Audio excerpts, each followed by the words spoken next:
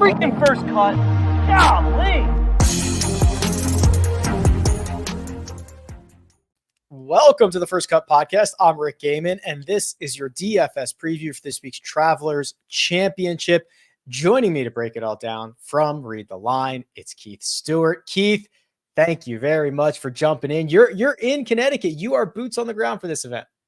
Absolutely. I'm up here in Cromwell, and I'm going to sleep in a Holiday Inn Express, so this should go very well. Perfect. I love it. We will all get through this together. There is breaking news. Just minutes ago, Rory McIlroy did officially withdraw from this event. That is interesting for a lot of reasons, but it's also relevant to our discussion today because he was, Keith, the second most expensive golfer on this slate. He will be removed, and there will be one less golfer to talk about at the top of the board. It seems to me like he paid a heavy price yesterday. So today the value has dropped and he's moved on, which really is, it shouldn't be a surprise to you or I. Certainly being down there in Pinehurst, that was a very long week for these guys. And it actually was a very long 2 weeks. Rory would have been playing 4 weeks in a row, having, he went up to the Canadian in order to try to win that title as well. So after the events that took place, I'm not surprised. Are you?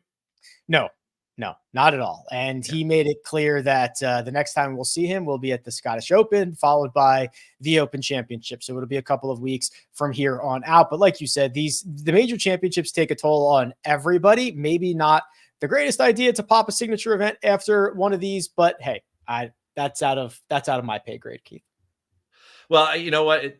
The irony in all of this is that last year he showed up and said that the golf course was obsolete, and he's not here. So I take that for what it is.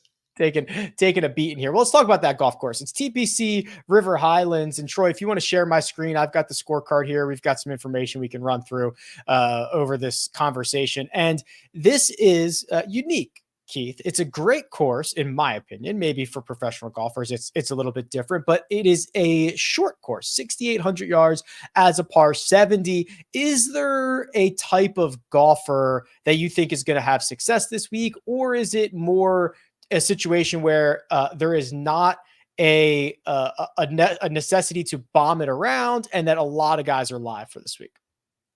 I think that, well, I'm just going to say I think a lot of guys are live this week in the markets that are, also winning markets, like outright markets. I think that this can be somewhat of a wide open field when you compare it to the last 2 weeks, where there was definitely a way to separate on both Muirfield Village and, of course, Pinehurst number 2. So I love this event from the fact that it's going to be extremely entertaining. We're going to be going for a lot of subpar scores, 20 or more this week, most likely. And even though they've made some changes to the golf course, it's still a par 70 layout that's going to require excellent wedge play, getting the ball in play off the tee, and then, of course, a really, really hot putter.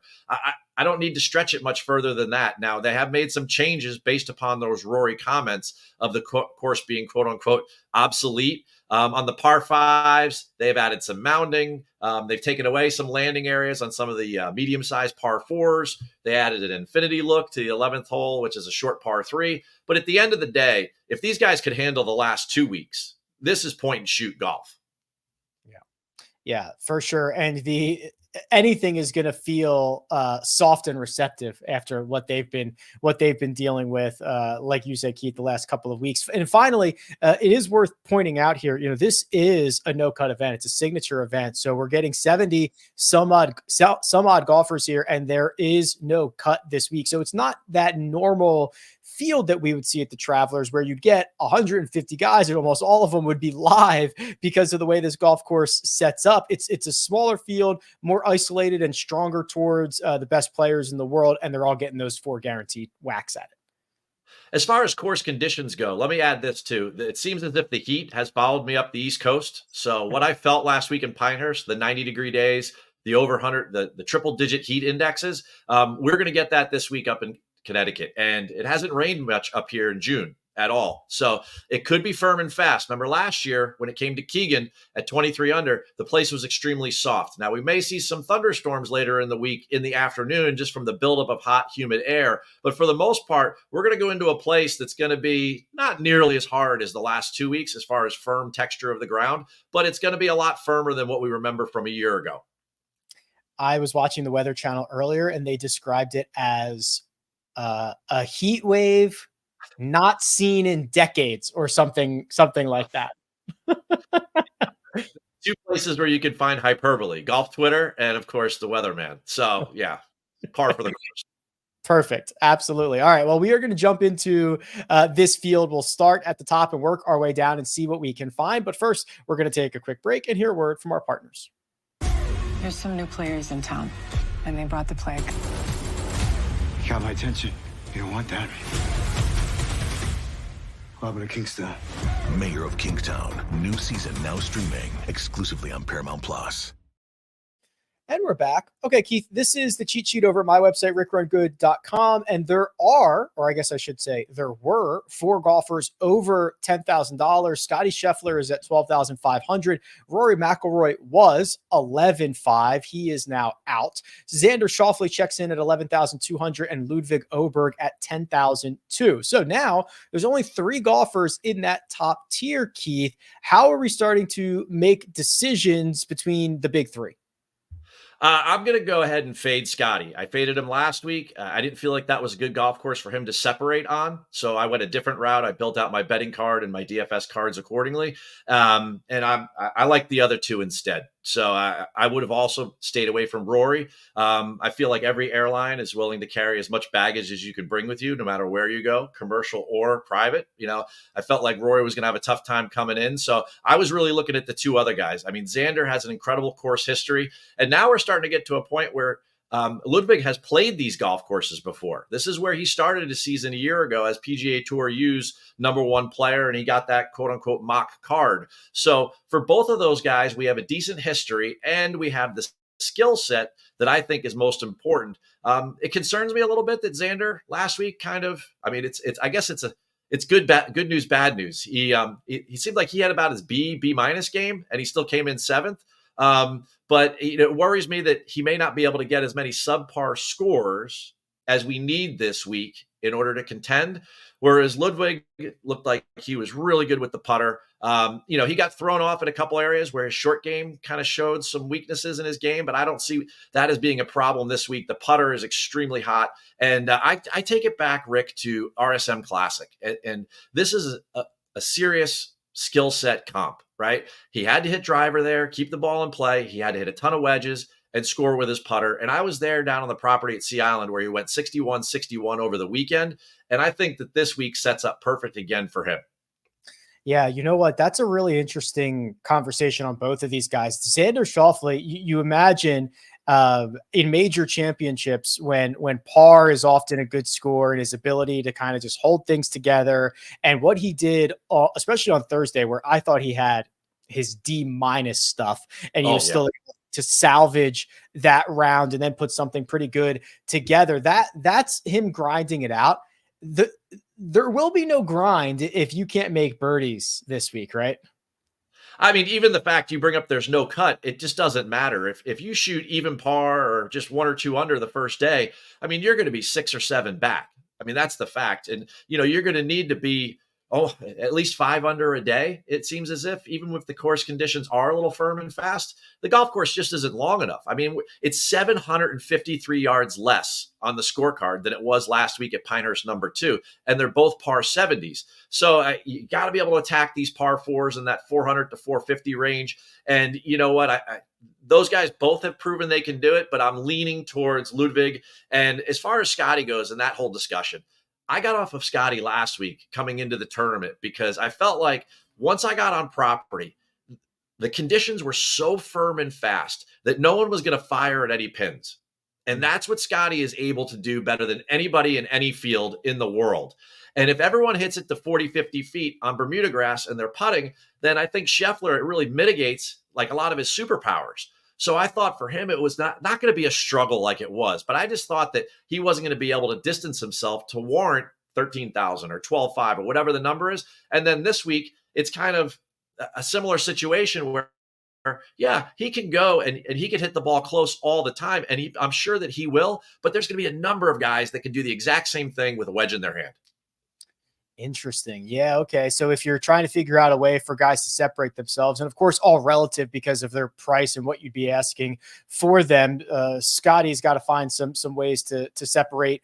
Indeed, the $9,000 range here, Keith, is pretty interesting. So we've got Colin Morikawa, Patrick Cantlay, and Victor Hovland up top, and then the bottom of this range is Hideki Matsuyama, Tommy Fleetwood, and Sam Burns. So it's kind of a grab bag. Is there anything that you like out of here that you're willing to roll over for this week?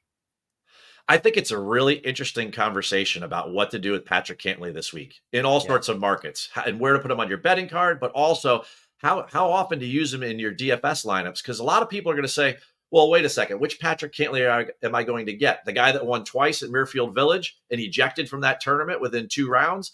Or the guy that showed up last week and, looked like a train killer at times? I mean, he was calm, cool, and collected for the most part. And he looks like he's rolling the rock well enough that he's coming into a very, very comfortable place for him.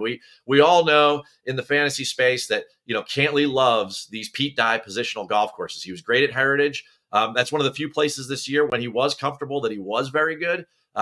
Do we expect to do that again coming off a very hot week? I think he's going to be extremely highly owned, especially as the average DFS players are really going to chew up that ownership. So for me, I do think Cantlay is a good play if you're not into the whole leverage world and if you're just doing it in a group or a pool or a community game or something like that. But I think Sam Burns is going to fall under the radar here. A lot of people are going to point towards the fact that, Sam Burns with the driver, he gets a little wild and everything. Sam Burns might not need the driver that much here. I go back to Canada and how good he was there. Sam Burns makes a ton of birdies. That's what he does, right? And that's why you don't put him in foursomes, Zach Johnson. You put him in 4-ball. All right. I'm not letting that go. So I was going to say, I like that Zach Johnson is still catching drive-bys here 9 months later, and they are well-deserved.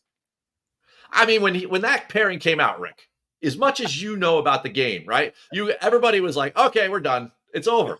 Rome's over. Let's just fast forward to Cantlay's wedding on Monday and have fun. It's open bar. I mean, honestly, this is like, I'm like, what are we doing now? This scenario where Sam Burns, right? He started the golf tournament, okay. He had one of the low rounds on Sunday, right? He's playing good golf right now. And I think a lot of people shy away from him in a situation like this because all they hear is you got to be able to put it in the fairway, and then they think Sam Burns can't do that. But this golf course is so short that he can play positional, and then he can just attack with a wedge in that putter. And I think that puts him in a very good space. And I think it's somebody that, where everyone's going to see, right, in that 9K range, they're going to see Hideki, they're going to see Fleetwood, they're going to see all these names that really catch their eye, and they're going to be very chalky in the betting conversations. And I think Burns is the one is really going to light up fire. Yeah, he started his week 5 over through 6 holes last week, and then played the final 66 at 5 under. By the way, winning score was 6 under. The one name that I need to dive deeper on here, Keith, is Colin Morikawa, and this is clearly someone who's trending in the right direction. Since the Masters, he's done almost nothing but gain strokes in every major category. He's been piling up great finishes along the way. And in theory, this would be an okay spot for him. Yet he has really struggled around TPC River Highlands. He's played here 3 times, T36 in 2019, missed the cut in 2020, missed the cut last year. What is your assessment of Colin for this time around? He was definitely somebody that I looked at early on in the 9K range. And then I saw the course history because you can't remember how these guys play at every single place. And I think the only guy who had a worse course history than him was JT Poston, who was a guy that definitely was popping in my mind as somebody that was like, oh, this guy will be a good fit here. And then you look and you're like, holy moly, they don't play well here. And there's a reason for that. Sometimes a golf course just doesn't fit your eye. Or I remember last year, he played horribly after LACC, where he had made the cut and he had played decent in the U.S. Open. Then he came east and you would have thought, oh, geez, a wedge fest where this guy's already in good form and he didn't play well. Something about this place doesn't suit his eye. And I feel like I just have more options in the 9K range. So I'm going to go a different direction. I know everyone's going to say, hey, Keith, how about the run that he's on? It's like 3, 9, 16, 4, 4, 2. And then what was he, 14 over the weekend, right? Like they're going to say, okay, at some point, isn't he going to win? Sure. But I mean, I think I'm I'm going to stick with who I have. I do agree with you that there are a lot of other decent options around him. I felt like even last week, because the pricing came out a little bit earlier, it came out before his finish at the Memorial, he was sitting there at 9,400 and it was just a smash spot for everybody. I think that this week it's a little bit easier to stay away if you want to do that with the way that the pricing is laying itself out. We're going to continue this conversation. Actually, we're going to do one more. We'll do one more tier here, Troy. Then we'll get to a break here because this $8,000 range is starting to get a little bit bigger.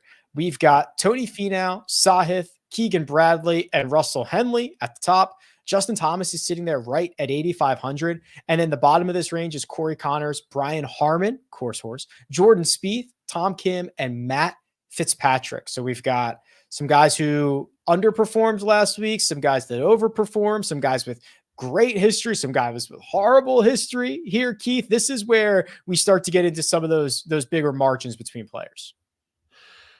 I'm going to start right away with, I'm sure, somebody that's going to be extremely popular, and you'll just have to make a decision for yourself. But if you're going to go with the argument that Colin Morikawa is trending towards a win, then what's Russell Henley doing? He was number one in the field at Pinehurst, number two. And if it ever comes to positional golf courses, who's the guy that always you're talking about on Mondays in this show, Rick? I mean, perennially. And they say, well, he can't win. Well, this is an outright show. This is a DFS show. And this guy is going to make so many birdies. He puts the ball in play. He's an extremely good wedge player, and he's putting at a very, very high level right now. He's played well here before. I think that Russell Henley is somebody that we all should pay a lot of attention to this week.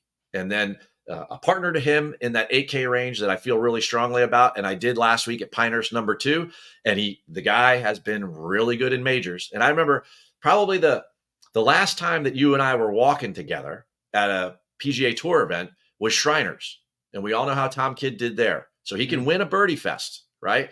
Tom Kim, he's really good at Sedgefield, right? That's a great comp course this week. I know Bermuda is different than Bent, Keith. Trust me, I know the difference in the agronomy, but the shots and the skills that are required are very, very similar between those two places. I think it's an extremely good comp in Sedgefield. I think that Tom Kim has been on a serious heater as well. And, last week I bet him at the U.S. Open, and he was 90-1, right? So he's sitting at plus 9,000. Now all of a sudden, in a signature event where he should be further down the road as far as like where the price is and everything, people know, the books know, DFS pricers know, that this guy has tremendous value, and this is a really good course fit. So in the 8K range, those are the guys that I wanted to highlight. Yeah, Tom Kim is really started to figure out the driver. He's now gained strokes and pretty significantly in 4 out of his last 5. The ball striking in general is coming back, and we've seen him heat up with the putter. And then Russell Henley, I was just clicking through his stats. I mean, we are talking about a literal top 5 most accurate driver on the PGA Tour. If you like the different proximity buckets, he's awesome. Top 20 from 75 to 100, 100 to 125, 125 to 150. These are your wedge ranges. And then, as Keith mentioned, not only does he make a ton of putts, but he also never 3 putts. I mean, he just does not make a lot of mistakes with that flat stick. So a couple of guys that are really good course fits, but I do take umbrage with one thing that you said, Keith. All right. Has it really been Shriners since the last time we walked together? We walked together. What about something on the West Coast? Riv? Oh, you're right. I said that slipped my mind, maybe. I was going to say we were together at Riv. You were 100% right. Yeah. Okay. Yeah. Whew. I was getting a little nervous there. I couldn't have been that long. Rick, I've had 2 straight weeks in the killer heat. Now I'm lining up for a third one. Go easy on me. I hear you, brother. I hear you. Okay. 1 or 2 other guys in this range that I want to look at. Hit me. Let's start with Keegan Bradley. He's the defending champion. I think there's going to be a lot of questions from people about, hey, can I play Keegan? Can I play him and one of these other guys that Keith has already outlined? It's been kind of an interesting year for Keegan. It didn't start off great, but he's starting to find that rhythm again, not only on the full swing, but also with the flat stick in hand. We saw him make a good run at Charles Schwab, and he got off to a great start at Memorial before fading. He actually played pretty well all 3 days at the U.S. Open. But where do we stand on a guy who, I mean, this is probably his Super Bowl here? Oh, there's no doubt about that. But, he gained 7 with the putter last year en route to going to 23 under. And we all saw it happen. Remember, he kept on presenting it to his caddy as if it was like Excalibur, right? I just, Keegan's been great.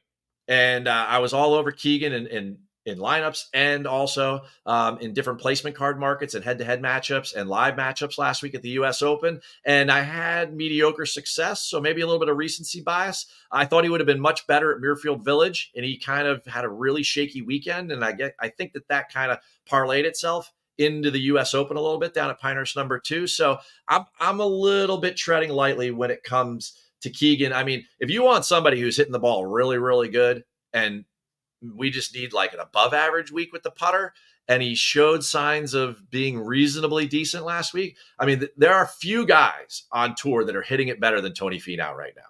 So if you want to just talk about ball striking, flat out ball striking, the way that Tony hit it down at Pinehurst and the way that, he hit it, he top 10, what was he, 6th or 7th at Muirfield Village. Tony's on a heater right now with his approach game, with his driving of the golf ball. He is really good around the green. Yes, the putter tends to let him down, but that's a very small skill that Tony has shown in the past. When you put him on a golf course like a Detroit, which would be another good comp to this, a place that you could bomb and gouge, because I got news for you. Whether they put mounds on these par fives or not, these guys are pulling out driver and they are going ball speed to the wall, right? And if anyone thinks that that's going to change anytime soon, Bryson just made it more sexy than ever.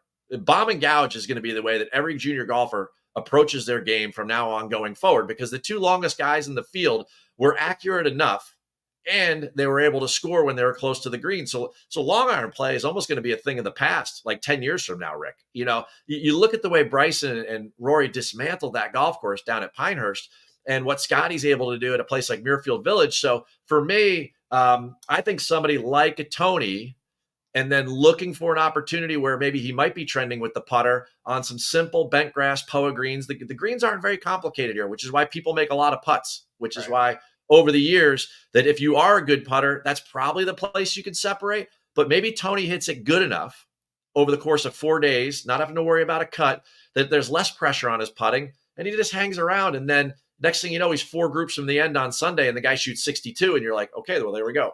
Done.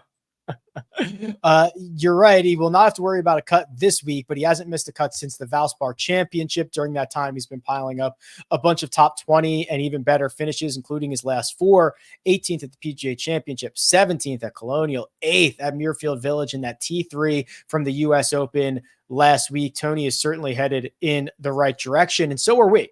We're headed down to find some value in this small field. We're going to talk about those pesky 7s and the 6K golfers. But first, we're going to take a quick break and hear a word from our partners.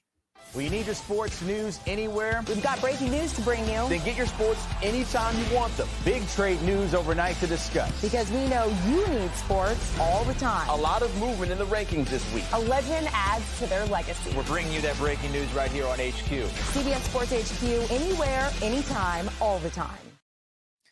And we're back. Let's start with the 7s. I'm not going to read them all off, but Sung Jae Im and Sepp Straka are at the top. The middle could get you Denny McCarthy, Siwoo Kim. And then the bottom of this range, that's where Robert McIntyre, Steven Yeager, Tom Hoagie, amongst others, reside. Before we even jump into this, Keith, we have to talk about, in my opinion, 3 names. These are guys with much better pedigrees than the prices that they are currently sitting on, and we've got to sort this out. So one is Max Homa at 7,800.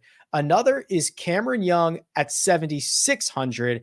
And then Will Zalatoris, self-declared big game hunter, and he has been, is at 7,100. At least for Homa, this is the cheapest that we have seen on him in basically 2 years.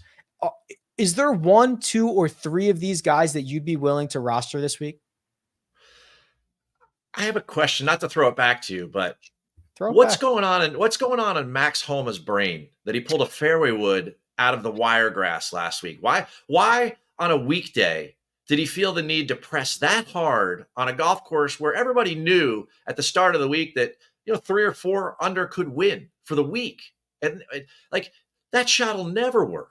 I don't understand. Like, why was he pressing? Why is Max Homa not playing like Max Homa? Because I go back to Sawgrass, and I remember in the press room, I asked him a question. I said, you're one of like 4 guys, Russell Henley being another one, but you're one of like 4 guys that has had like 2 top 20s in the last like couple of years here at Sawgrass. Why do you think that is? He goes, oh, because my misses are small. In this place, again, another Pete Dye golf course, when your misses are small, you tend to be able to hang around. And, I'm a pretty good putter. Yeah, well, he's an excellent putter. And his putting and his chipping has basically been the only thing that saved him all year or kept him in any of these conversations. But you can see his value keeps dropping.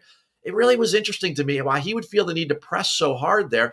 This should be a perfect spot for Max Homa. But the ball striking, the strokes gained ball striking, right, away from the green, just hasn't been there. And that seems very odd to me, because this would definitely be a place with some of the success he's had on positional golf courses, like out in Napa and the Fortinet, places where you just got to keep it in play and just keep making putts, which is like Max's MO. So of those 3 guys, that would be the place that I'd go. The other 2 guys, I think Zalatoris isn't completely healthy, and I think he's battling back and forth, and the driver's been really inconsistent, and the short game has been even worse. And then Cam Young, you and I have talked about Cam Young time and time again. I think it's time for that tree to bathe, or that flower to kind of like, I want to use the right analogy here. Sorry, strike that. I'm going to go with, it's time for that bird to flap its wings and leave the nest, if you know what I mean. Right? He's got to go out on his own. Look what happened to Xander when Stefan stepped back and how much better he played. Right? And you got to give Xander credit, all the credit in the world this year. We're coming away from the Ryder Cup, not to go back there again 9 months ago. There was a lot of talk around Xander being his own man and making mature decisions and taking the next step and winning a major and doing all those things. And since that time, he has made great decisions, one after another. And I just don't see that coming from other camps. So I would love to credit Xander for that, but I have problems with Cam Young in not being able to do a similar thing. 7 runner-ups weigh on you, like missing a 2.5-footer to win the U.S. Open. I mean, it's just a lot of baggage to carry around from site to site to site. So of those 3, I'm going with Max. 7 runners up, and also long stretches of slumps, which is, I always hate to see it. I agree with you about Will Zalatoris. He's not hitting it well enough, and he's no longer even putting it well enough to fix the ball striking issues, which then does get me back to Max Homa, who I think is like long-term an unbelievably great player. I think that you talk about the pressing. That's exactly what it is. I mean, he's driving it horribly dating back to Heritage. I think he's trying to make anything happen, and he's compounding errors. And as much as I can convince myself that long-term Max Homa is better than a lot of these other guys, he's 0 for 5 in finding the weekend here. Now, I guess the good news is he won't have to worry about it this time. He won't have to worry about that. But I mean, first of all, there's a lot of guys in this range. And just because these guys have a big name, that hasn't always served them well here at TPC River Highlands. A lot of people don't know Shea Reevy, right? And there's a guy whose strokes gained career here. I mean, the guy, he's been an ATM machine up at this place, So like for me, this is one of those weeks, even though it's a signature event, where I think you have to go. I mean, these guys have played a lot of very elite, high pressure golf over the last couple of weeks. Who has been good in that time? And those are the horses I'm going to strap a saddle on. Okay, well, let's talk about some of those horses, because there are some good options, and there's been guys who have been playing well.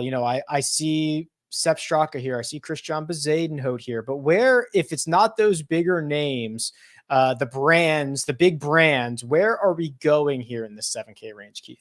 I've got 3 guys I'd like to highlight. You just mentioned one of them, Christian Bezuidenhout. I think this is a good fit for him.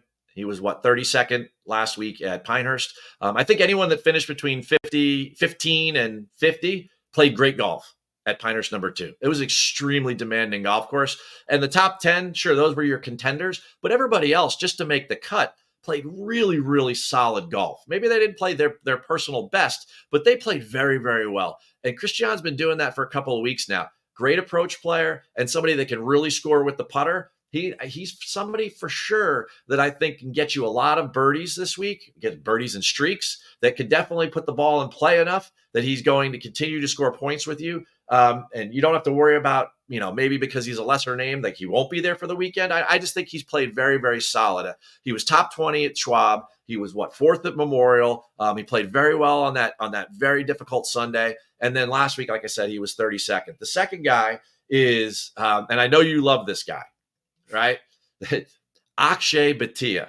Oh, sure. This is the perfect setup for him because he will ball strike it like Tony Finau, but he's proven a couple times this season that he can go hot with the putter, and I think that he'll hit it so close because the golf course is so short, and he's so good with a wedge in his hand that I like him. And he's also going to be a guy in DFS that the strategy wise, I mean, he'll just string together. He'll get holes like on the back nine where you go par 5, short par 4, and then drivable par 4, and he's going to go eagle, birdie, birdie. And you're going to go, woo, points, like you're going to go nuts. And, whether or not he wins the tournament, I don't know, but the guy could go 20 subpar scores deep. So I love him in the 7K range. And then the third guy that I want to talk about, and this is the guy I want to get your opinion on because he's been really good in signature events. He's never missed a cut in a U.S. Open, but the ball striking is like baffling, but the putter is always like nuclear, and that's Harris English. He's won here before. He's been really good in signature events this year, and then in other events, he's just kind of been off like on walkabout. But, again, he did it again. He made the cut in the U.S. Open. He was great. I don't know. The ball striking numbers, they're not going to model out well, but that guy, he seems to play well here, and I was curious to get your opinion on him. Yeah, you're right. He never models well, but he's one of these guys, and it sounds so corny, is he's just good at getting the ball in the hole, right? Some weeks I'm going to gain 8 strokes with the putter. Some weeks I'm going to gain 5 ball striking. Some weeks, it's just whatever it is, I'm just going to take whatever I have that week and kind of turn it into something.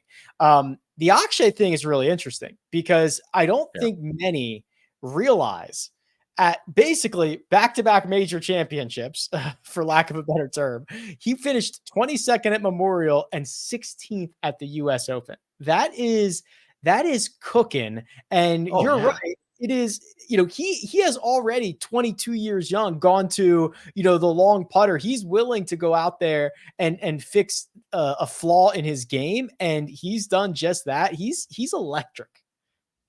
Oh, there's no doubt about that. And, in a number of conversations that I know that you'll have creating content all week is that there's going to be this big fatigue factor. How much did the last 2 weeks weigh on these guys? Well, that's 1 and 2 reasons why I like the kid. I love Ludwig and I love Akshay this week. These guys are 22 years old, 23 years old, right? Like this is the time where they are hungriest and they're thinking that's not to say that Xander's not hungry, but he's also probably weighing his efforts at some point. Maybe he knows the golf course. He flies in on Wednesday. He just gets used to it and he rolls into his usual routine. He knows he's got 4 rounds to build up. Whereas, Akshay could be your first round leader. Ludwig could go Friday, Saturday, back-to-back 62s, and then the thing could be over, right? Because these guys, I just don't see them getting tired, right? And now we're getting to golf courses where Ludwig's seen them before. And Akshay, I mean, he's just a special ball striker. So if he ever even starts to putt just +1, +2, I mean, Akshay's the type of ball striker that, and I remember this from last year because I was chasing Denny McCarthy around in the round that he was going to shoot 59. Right. And he ended up shooting 60. But if Akshay could ever putt half as good as Denny, he would threaten 60 every time he plays. That's how close he hits it all the time. It's crazy good. So down here in the 7K land, when Akshay is kind of off people's radar, that's when I love to play him. Yeah. And he does go on these little mini runs, right? Where he goes 14th, 13th, 13th. 17th, 11th win, right? And that win, I mean, speaking of Denny McCarthy, they were head and shoulders above the rest of the field. They were both filling it up in a big way. This might be another one of those little mini runs. You could easily see this being 22nd, 16th, and then 4th or something like that. Yeah. And I remember my favorite golf data website tweeted out that either one of those guys, right? That was you. Either one of those guys would have won something with the amount of strokes gained they had total for the week, which they were both over 21. You're going to remember this now. It was 100. I can't remember the exact number. I want to say it was 167 straight events they would have won on tour, but only one of them could win. Like I think the quote was like Denny McCarthy would have won every single event going back 167 straight events, except this one because he was out strokes gained by Akshay. And I was like looking at that, I go, man, that's forever. Like no one spiked that much. I mean, these guys like Akshay can spike, man. Well, first off, thank you for remembering that. And yes, the exact number, it was high 150, 160, something in that range. But I remember the event that was the last that either of them would not have won was the 2020 US Open, Bryson's winged foot win, because he kind of whooped up on everybody. Won by 6. Yeah. That's the last time before that Texas Open that either one of those scores would not have won.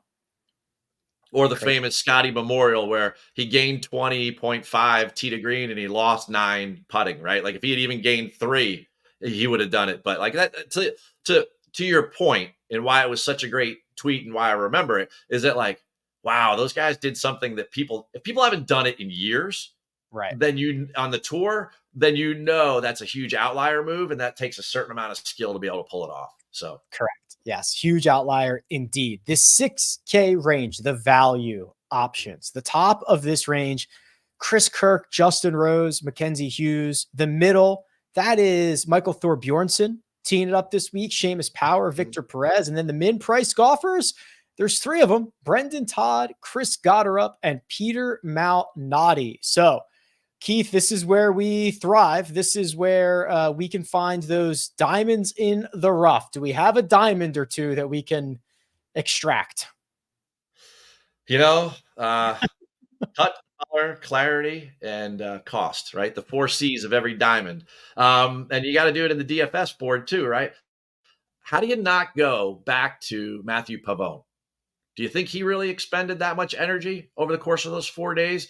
Or does he just absolutely stripe it, this guy, right? Like, he's definitely somebody down here that I felt like, how come this guy's not even in the 7s? I mean, he showed up for 4 straight days at Pinehurst, and he was very, very good. That cut that he plays that's so reliable would be a very good fit in and around TPC River Highlands. If you've walked the golf course, then you know that he can kind of just, on the holes where, it might be a little bit of a movement to the left. There aren't enough trees that he could just cut it and fit it in there, or he can lay back, but the ball striking with him, I remember watching him on the range at API, and this was after he'd won Farmers and I knew nothing about him. And this guy put on a stripe show, and I was like, wow. I was like, this guy's impressive. And I was thinking to myself, he's going to continue to show up because the ball striking is that good. When he's down in the 6s, he's somebody, even if it's not the week after he finishes top 5 at the US Open, I still tend to lean towards.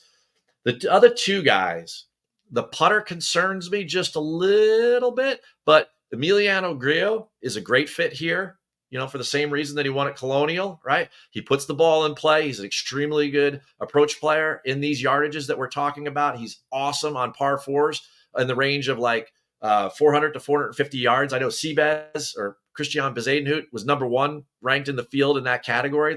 So the range where you have like 8 to 12 of these par 4s, like Seabez was number 1. Grillo's top 5, right? He's great off the tee. He is definitely somebody who has putted much better this year, which was nice to see. And he was popping earlier in the season.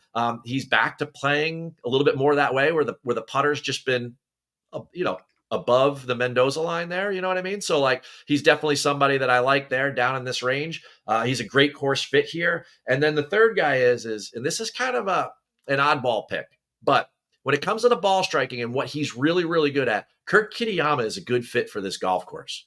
I do need the putter to be better. So if you bring him up as a chart, you're going to need a tourniquet over there to the right. But that being said, right, like he's definitely somebody that he can be like a Tony Finau. He's going to hit a ton of greens. He's going to hit a ton of fairways, and he's just going to be rolling around. And the fact that he doesn't need to work his way through a cut, I think relieves a little bit of pressure, like it might on Finau for the putter.